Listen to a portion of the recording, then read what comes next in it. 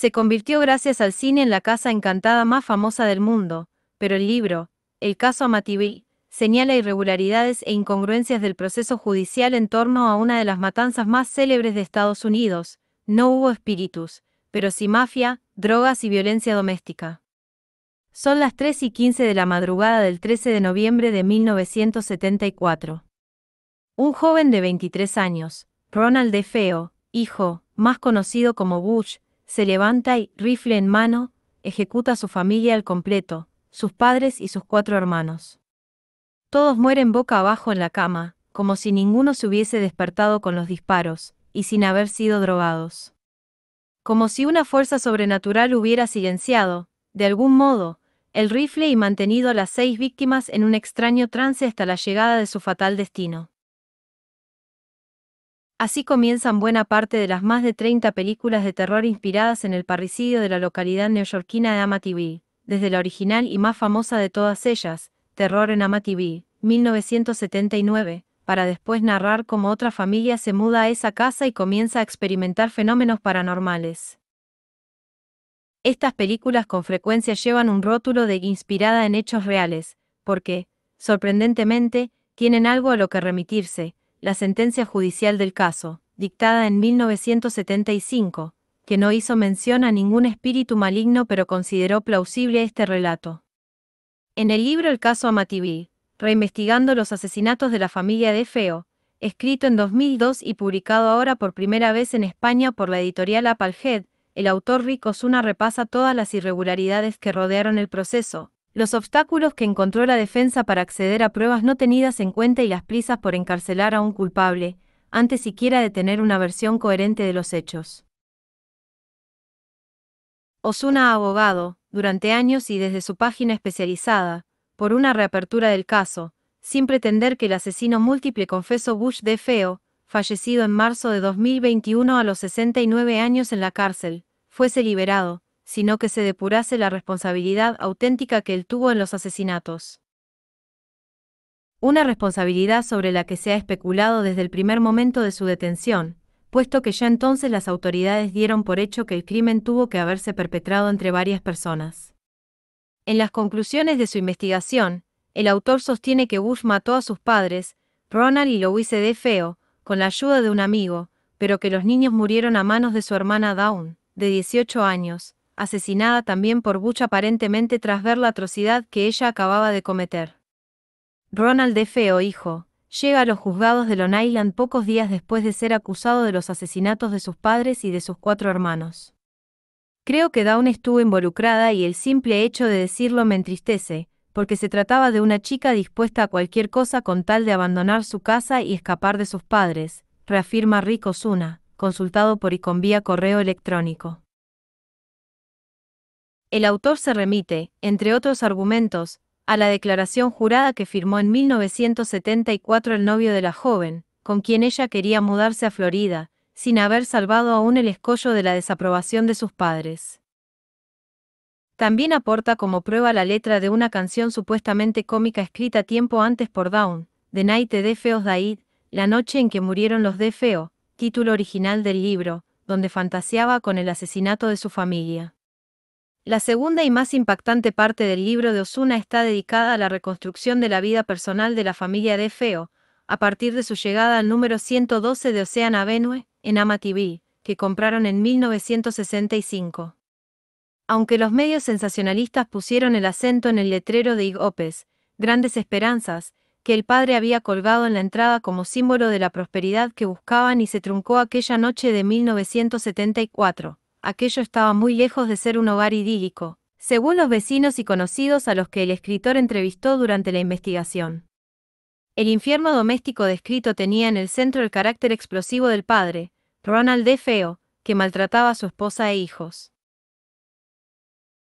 La familia, además, estaba directamente vinculada al crimen organizado a través del abuelo materno, Michael Briganti Sr., socio del jefe mafioso Carlo Gambino. Según Butch, que estuvo empleado junto a su padre en el concesionario de Briganti, y su pareja, ellos ya tenían un trato muy estrecho con la muerte, al tener que deshacerse frecuentemente de cadáveres por encargo de la mafia. Aunque la conducta inestable e imprudente del padre, Ronald D. Feo, le había llevado a estar en el punto de mira de los gángsters, Ozuna descarta su implicación en la matanza de Amityville, puesto que el asesinato de niños viola todos los códigos de la mafia italiana. En la reconstrucción de los hechos que se plantea en el libro, los acontecimientos se precipitan el 12 de noviembre, después de una brutal trifulca donde el padre agrede a su mujer y a varios de sus hijos. El más pequeño, de 9 años, acaba con la cara ensangrentada. Dawn, por su parte, trata de defenderse con un cuchillo. Convencida de que les acabará matando si ellos no actúan antes, Dawn convence a su hermano mayor, Butch, de acabar durante la noche con la vida de su padre y también de su madre, Louise, al considerar que, pese a ser también víctima de los abusos de Ronald, ella está incondicionalmente de su lado y es irrecuperable. En lo que difieren es en los niños. Butch encarga a Dawn vigilar que no salgan de las habitaciones mientras él y, según Ozuna, otro amigo, Bobby Kelske, asesinan a Ronald y Louise, pero ella argumenta que hay que eliminar a todos los testigos y que no es bueno para ellos crecer con ese trauma, así que también los mata. Butch, horrorizado, se venga de Dawn y se convierte en el único D. Feo superviviente. Tragedia y farsa. El grueso del libro de Rick Ozuna aporta una gran cantidad de documentos y datos que, como mínimo, cuestionan el rigor con el que se abordó el juicio o el tratamiento de las pruebas. Por ejemplo, en las fotos de la escena del crimen, que aparecen reproducidas, se pueden apreciar manchas de sangre en lugares que no se corresponden con la historia de que todos los D. Feo murieron en sus camas, y que apoyan el relato del escritor. También señala la aparición de una bala de calibre distinto a las disparadas por el rifle de Bush en la habitación del matrimonio. Sin embargo, es en su crónica de las anomalías judiciales donde, el caso Amityville se acaba tratando de fenómenos extraños. Un buen medidor del grado de brutalidad policial que se ejercía en esos años en el condado de Suffolk, al que pertenece Amityville, es la alta tasa de confesión durante los interrogatorios, un 97%, frente a, por ejemplo, el 35% del barrio del Bronx, en Nueva York, o el 20% del barrio de Queens, en Brooklyn. En el libro se constata que la confesión de Butch D. Feo, alcohólico y heroinómano, de haber sido el único responsable, base principal de la acusación, se obtuvo bajo tortura y los diferentes jueces que llevaron el proceso desestimaron todas las pruebas que así lo acreditaban. También que el fiscal y la policía admitieron en multitud de ocasiones que el crimen involucró necesariamente a 3 personas, como concluyó otra investigación independiente del detective Herman Reis, pero el carácter mediático del juicio y las ambiciones políticas y personales de los que estaban del lado de la ley exigían encarcelar a un culpable de inmediato, aunque ello implicase presentar versiones oficiales incongruentes. Pero el libro El caso Amityville no sirve, en absoluto, de portavoz para el asesino Butch D. Feo, a quien el autor Rick Ozuna no duda en tildar de mentiroso. Las declaraciones del parricida están siempre puestas en cuarentena y validadas, o descartadas, a través de otras fuentes, cuando no hay pruebas que las apoyen. Las revelaciones más novedosas son las de la mujer con la que Butch estaba casado en el momento de los crímenes, Geraldine D. Feo, con quien llegó a tener una hija. Butch denunció a Ozuna y a su exesposa por calumnias tras la publicación del libro, y negó haberse entrevistado jamás con el escritor, pero perdió el juicio. Butch quería dinero y derechos de autor. Simplemente, yo no creí que él debiera beneficiarse por su papel en los asesinatos, explica Ozuna Icon. Geraldine no participó en la extorsión y renunció a obtener dinero, así que Butch también negó que ella hubiera sido su esposa. A excepción del abuso, al final, Butch acabó transformándose en su padre por la manera en que trataba a quienes le rodeaban. Butch D. Feo no fue el primero ni el último en ver la terrible pérdida de 6 vidas humanas como una oportunidad de negocio. Su abogado, William Beber, desesperado porque se le denegara repetidamente el acceso a las pruebas, en una jugada digna de la serie Better Call Saul, participó en la organización de la famosa trama del embrujo demoníaco en la casa de Amityville, con la esperanza, según Geraldine D. Feo, de utilizarla en favor de Butch en el juicio.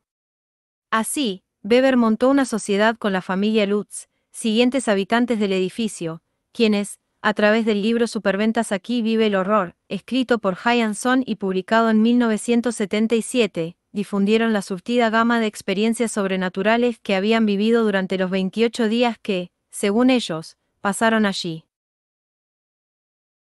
Al espectáculo se unió un sacerdote que acabó expulsado de su diócesis y el popular matrimonio de demonólogo formado por Eddie y Lorraine Warren, que realizó una sesión de espiritismo en la que tomaron una foto de un niño fantasma, extraordinariamente parecido a uno de los fotógrafos de la pareja. La propia Lorraine Warren aparece en el momento más extravagante del documental My Amityville Horror, 2012, centrado en el testimonio de Daniel Lutz, uno de los niños de la familia durante su estancia en Amityville. En esa escena, inolvidable para cualquiera que ve la película, Warren exhibe una madera perteneciente, asegura, a la cruz en la que murió Jesucristo y un recipiente con supuestos pelos de San Pío de Pietrelcina, antes de rezar una oración con Lutz. A diferencia de las otras películas de ficción, aquí los grotescos árboles sí permiten ver el bosque, sobre las palabras del protagonista, convencido de que si vivió terroríficos fenómenos paranormales a sus 10 años, se atisba la sombra de la sugestión y, sobre todo, el maltrato paterno. En mi opinión, los niños de la familia Lutz fueron desgraciadamente utilizados para una estafa y eso les tuvo que afectar de forma grave, dice Rick Osuna, cuyo interés inicial en Amityville le llevó a tener, antes de la investigación, una relación comercial con el padre de aquella familia, George Lutz. En el libro, Osuna recuerda la frase de Lutz que le hizo perder toda confianza: aclarar lo sucedido no es tan importante como ganar dinero con nuevas secuelas. George Lutz también llevó a juicio al escritor por la descripción del engaño expuesta en el caso Amityville y, al igual que con Bush, el tribunal dio la razón al autor. Tras la extensa investigación, durante la que, afirma, sufrió varias amenazas anónimas que cesaron con la publicación del libro, Rick Osuna, antiguo fanático del misterio de Amityville, admite que no ha sido capaz de volver a disfrutar ninguna de las películas de ficción sobre la supuesta casa encantada. Antes de conocer la verdad, las primeras me parecían entretenidas, pero ahora no me gustan. El libro y la película de terror en Amityville capitalizaron una tragedia auténtica, los asesinatos de la familia DeFeo, y sedujeron la imaginación de un público al que, lamentablemente, no le importa cómo se entretiene. Con Butch DeFeo y George Lutz muertos, las peregrinaciones de curiosos a la famosa casa continúan, para agotamiento de las familias que han vivido allí desde entonces y han declarado que nunca experimentaron ningún suceso extraño. Solo en 2022, está previsto el estreno directo a vídeo de 3 nuevas películas: Amityville Uprising, Amityville Bigfoot y Amityville Karen.